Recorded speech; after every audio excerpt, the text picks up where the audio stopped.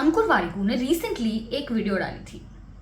उसमें उन्होंने कहा becoming a lawyer in India is a trap. And in this video exactly उस बारे में हम बात करने वाले हैं। उनसे थोड़ी हटके बात करने वाले हैं जो भी अंकुर वारिकू ने पॉइंट आउट किया, लेकिन बात हम करने वाले हैं as an insider, how much was it right. But आज मैं उनसे कुछ अलग बात करने वाली हूँ। मैं भी लॉ फील्ड से हूँ और मुझे ऐसा लगता है कुछ चीज़ें हैं जो उन्होंने नहीं बोली और वो शायद और ज़्यादा इंपॉर्टेंट है आपको पता होना। So here's an honest no filter break down of the reality of law in India, numbers के साथ, रियल स्टोरीज के साथ एंड मेरे बैचमेट्स की स्टोरीज के साथ। एंड आई प्रॉमिस यू, मैं आपको डराने नहीं आई हूँ and I am not going to give you झूठा दिलासा, बस एक सच्चा पॉइंट ऑफ व्यू, मेरा पॉइंट ऑफ व्यू मैं पेश करने वाली हूँ। Alright, so you imagine a scene that you are a 16-17 year old person, ठीक है, और आप लॉ की तैयारी कर रहे हो, क्लैट का फॉर्म भर दिया है, आप मल्टीपल कॉलेजेस देख रहे हो, साथ में खूब प्रिपरेशन कर रहे हो। होता है आपको कॉलेज में एक एडमिशन, फीस एनीवेयर बिटवीन 50,000 पर सेमेस्टर से 1.5 लाख से 3 लाख पर सेमेस्टर। एक बैचमेट है मेरी, अभी जयपुर में है, लिटिगेशन परस्यू कर रही है as a junior local college से। She is getting 12,000 rupees per month. एक फ्रेंड है जो Tier 3 लॉ फर्म में काम कर रहा है here in Ahmedabad, getting 15,000 per month salary, और अभी ट्रेनी की तरह तो उसको 5,000 रुपये मिल रहे हैं। अब तुम बोलोगे यार ये तो आउटलायर्स का केस है, ऐसा थोड़ी होता है, एवरेज तो इससे ज़्यादा ही होगा। हाँ बिल्कुल, कुछ बैचमेट्स हैं मेरे जो 10 लाख से 13 लाख LPA की नौकरी लेके बैठे हैं। बट, और ये बट उनसे बहुत बड़ा है कि वो कौन है, कहाँ से पढ़े हैं, क्या किया उन्होंने 5 साल, वर दे फर्स्ट जनरेशन और did they have some connections. ये सब कनेक्टेड है और यही आज की पूरी बात है। मैं जानती हूँ ये सुनना अच्छा नहीं लगता, बट ये सच है। जस्ट लाइक इंजीनियरिंग की तरह या शायद उससे ज़्यादा, आप कौन से कॉलेज में हो लॉ के लिए बहुत मैटर करता है। इंडिया में लॉ कॉलेजेस की अनस्पोकन या आई गेस अब तो स्पोकन हायरार्की है। National law universities, NLS Bangalore, NALSAR Hyderabad, NUJS Kolkata, ये टॉप टियर है। इनसे अगर हम पास आउट होकर निकलते हैं तो टॉप टियर लॉ फर्म्स का गेट सीधा खुलता है। आई एम नॉट सेइंग गारंटीड है, बट एक अच्छा ऑप्शन होता है, एक अच्छा खासा परसेंटेज होता है, चांस होते हैं कि आप एंटर कर जाओगे। नॉन NLU मतलब कि बाकी जितने भी कॉलेजेस लॉ के लिए अवेलेबल है, that include state universities, private universities, deemed universities, everything. और इनका जो फ़र्क है वो सिर्फ प्लेसमेंट्स में नहीं दिखता। एक दोस्त है मेरी, उसने एक रिसर्च पेपर लिखा था, she sent it across to many reputed journals, but her piece was not considered with as much importance as another NLU friend's paper did. Both were equally good works. Law firms treat you differently, publications treat you differently, and in some cases I have met some Supreme Court lawyers for whom college also means something and they treat it differently. क्या ये fair है? बिल्कुल नहीं। But क्या ये सच है? Sadly. अब चलते हैं नंबर्स के ऊपर। अगर लिटिगेशन साइड से देखा जाए तो अगर आपकी जूनियर की तरह स्टार्टिंग हो रही है तो वो कितने नंबर्स से होती है? कहीं 5,000, कहीं 10,000, कुछ थोड़े बड़े शहर हैं तो 15,000, 20,000, mark 30,000। That is how you start. पर ये गारंटीड नहीं है, कई जगह तो literally zero. That is the amount you get for long period of time. I have seen a friend of mine working for 3 months full time with that person, getting nothing, absolutely nothing in return of the work that she did. अब इसका बहुत अच्छा reasoning ये दे दी जाती है कि आपको तो कुछ आता ही नहीं है, आप सीख रहे हो, and that is your fees और दैट इज योर स्टाइपेंड।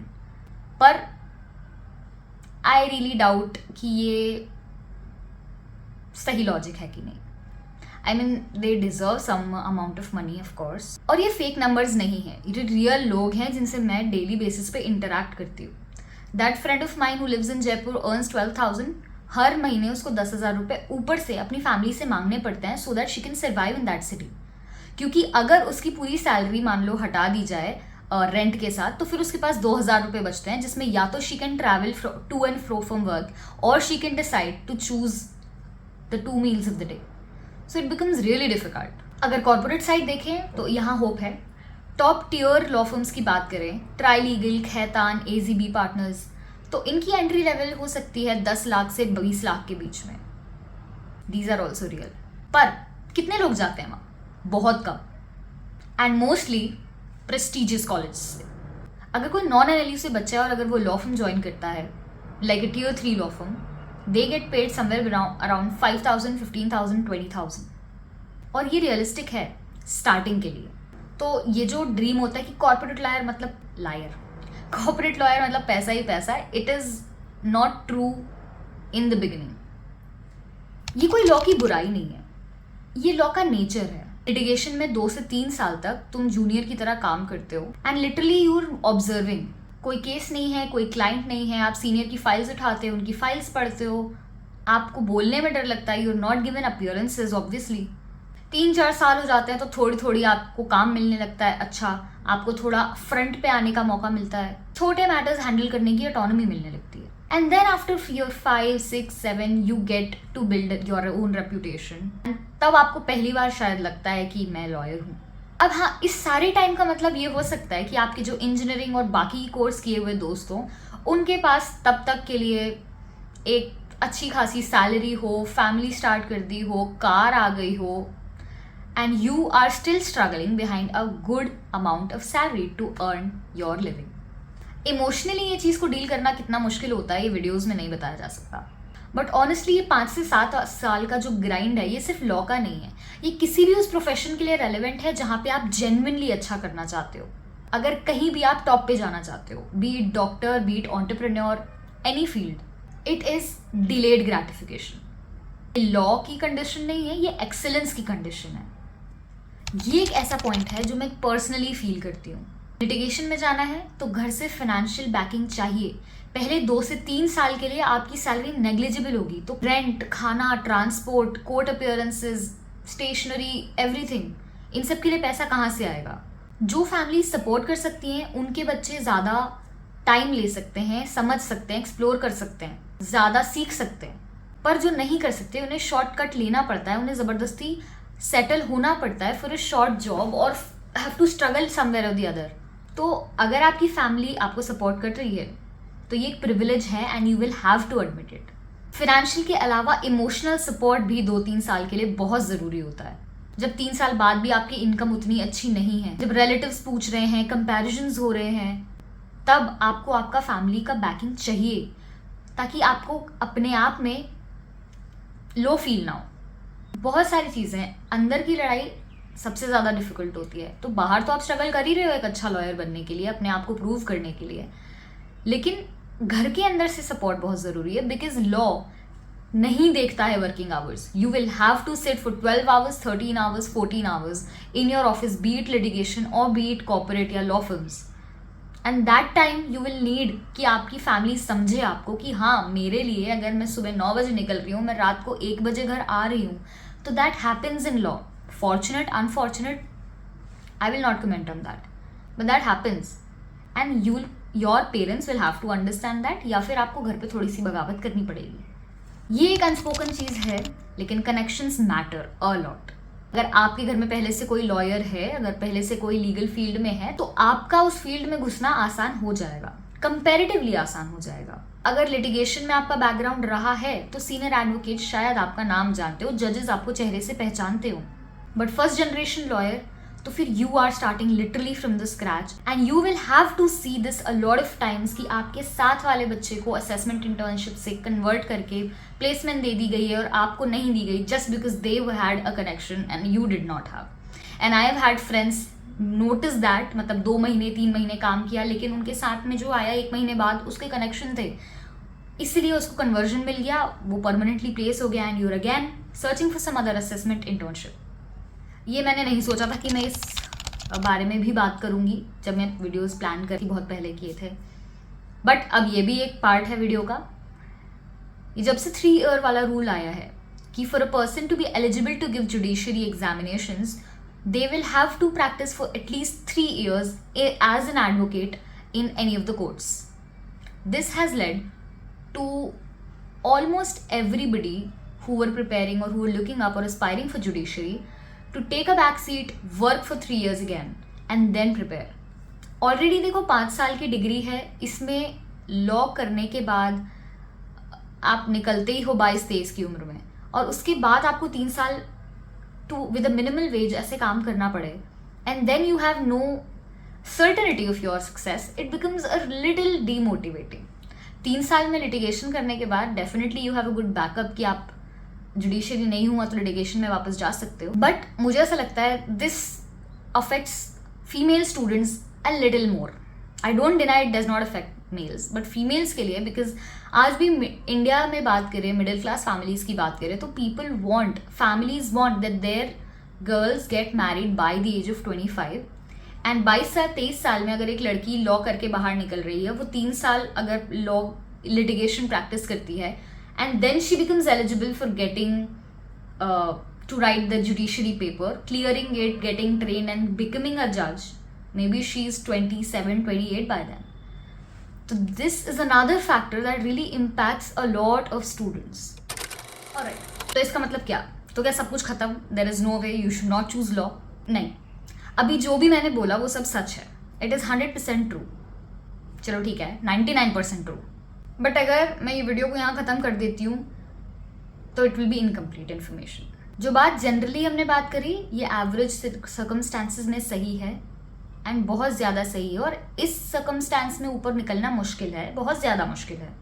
पर हमें ये चीज़ भी ध्यान में रखनी है कि लॉ के अंदर जो सीलिंग है वो अनलिमिटेड है, कोई सीलिंग नहीं है.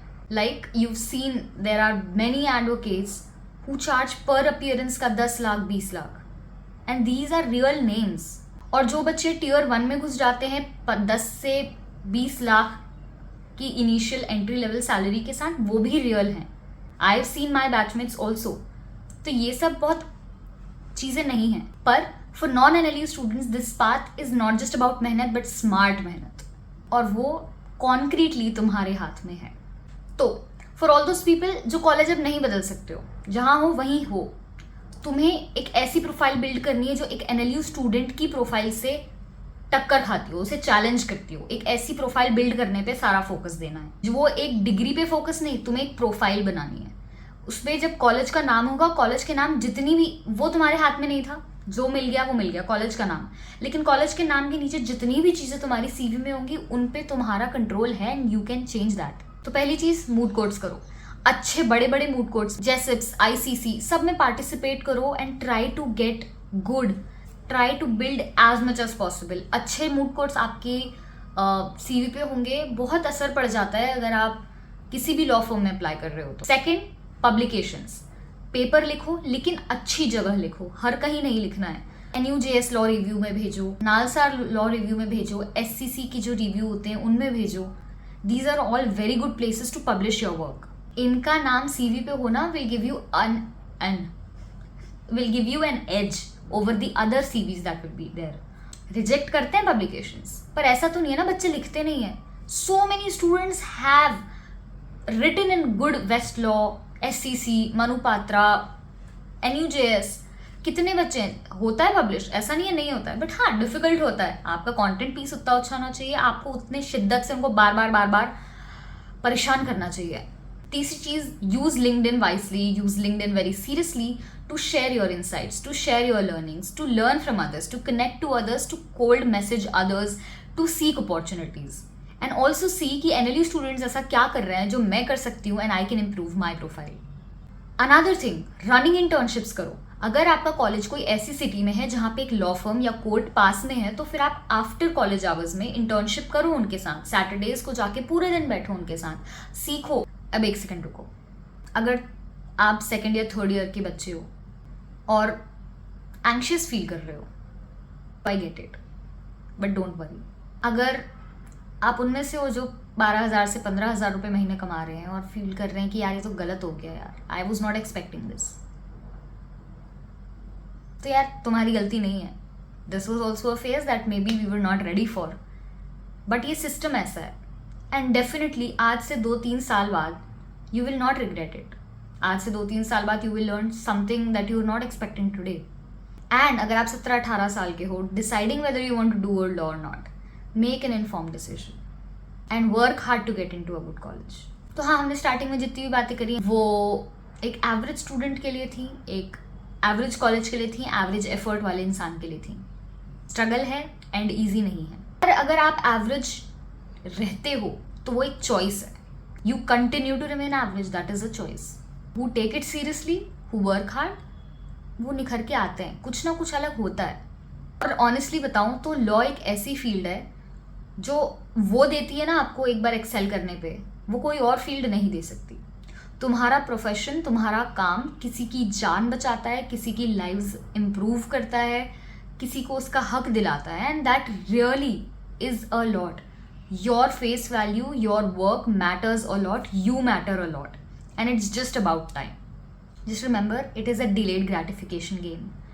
You are into it, you will be able to do it. You just need to ask yourselves every night if you did the 100% that you could do today. Beat a person with a great CV or not. Don't feel anxious. Take time. One step at a time, you will be able to do ahead. अगर आपको ये video ठीक लगा तो ज़रूर मुझे बताना. अगर आपको ऐसा लगता है ये वीडियो को किसी को देखने की ज़रूरत है, आपके लॉ स्कूल के फ्रेंड्स, आपके छोटे भाई बहन, तो उनके साथ शेयर कीजिए. Probably we need to talk about this. Comment में मुझे बताइए कि आपको ये वीडियो कैसा लगा. I really want to know what your views are on this. I will see you in the next video. Till then, keep watching. Namaste.